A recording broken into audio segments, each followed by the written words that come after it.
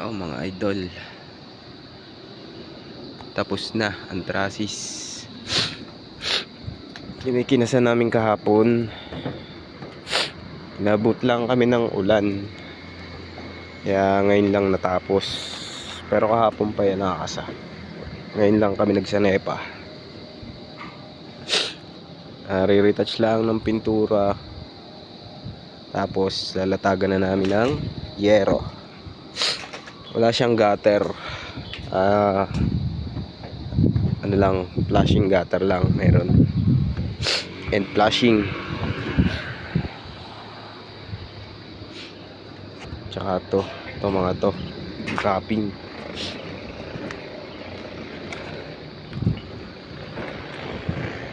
Bali baka bukas na kami makapagkabit, pero ngayon malalatagan ng yero. Okay, akyat tayo mga idol. Yan, puro tubular lang siya, 2x2, 2x3.